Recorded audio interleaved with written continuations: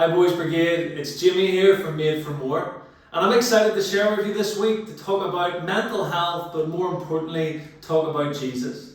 As many of you know, we've started our new project with the Boys Brigade called Where's Your Head At?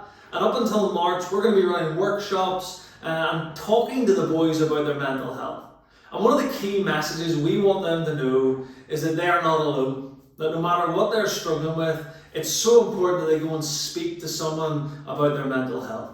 We really want to create a generation of young men that are willing to talk about their mental health and ask for help. And that's what the workshops are geared towards. And a lot of that as well will equip them with skills and coping strategies to apply to their everyday lives and hopefully just see them improve their resilience and just overall improve their mental health. But as well as that, we want to talk to them about Jesus. And that's what I want to do this morning. Just point each and every one of us towards Jesus as we go into the weekend. Because you see, in the Bible, we find that time and time again, God highlights the importance of us in connecting with people and being in relationship. And that's one of the things that we highlight to the boys in our workshops. We have been made to connect with other people. In fact, in Genesis chapter 2, it says that man was not made to be alone. We do not cope well when we are isolated, when we're cut off from people that we know and love. And that's what this pandemic is doing to so many of us. We're struggling, we're stressed and we're anxious, we're feeling lonely because there's only so much interaction you can have between a screen and on a phone call. We have been created to connect with people and be in relationship. And in the Bible, when I look at the ministry of Jesus, when I look at how he lived his life, alongside his teaching and the healing that he did, he had time for people. He constantly was in relationship with people, connecting with them and loving them. And for me, that's something that we really need to learn and apply to our own lives, making sure we're connecting with others.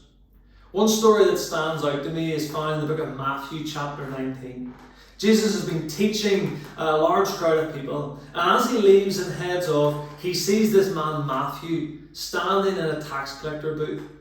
And he says to Matthew, I want you to come and follow me. I'm going to come to your house for dinner. Now, we all know about tax collectors. They are hated by the Jewish people, rejected and pushed out of society. Why? Because they're collecting taxes for the Roman people, for the Roman soldiers, for Rome. And because of that, no one wants anything to do with them. In fact, so many of them were known to take extra money and live this lavish lifestyle. But as I picture Matthew in my own head standing in that booth, maybe watching from afar as Jesus teaches this crowd and speaks of love and transformation, he's in this booth on his own, lonely, isolated, rejected by his own people. Yes, because of his bad choices, but still, this is a man that is hurting and is lonely. And then Jesus sees him in his pain, sees that he's disconnected, that he's on his own, and he approaches him. And he says, Matthew, I want you to come and follow me. And then he goes to his house and he eats dinner with him and these other sinners, and he just loves them. And he just builds a relationship with them. And that encounter transforms their lives forever. And Matthew becomes one of his disciples. And I just think this story is amazing. And it shows us how we are to follow Jesus and how we are to live our lives. We need to stay connected with other people for the good of our own mental health. But we also need to make sure that we're connecting with others, because that's what Jesus did.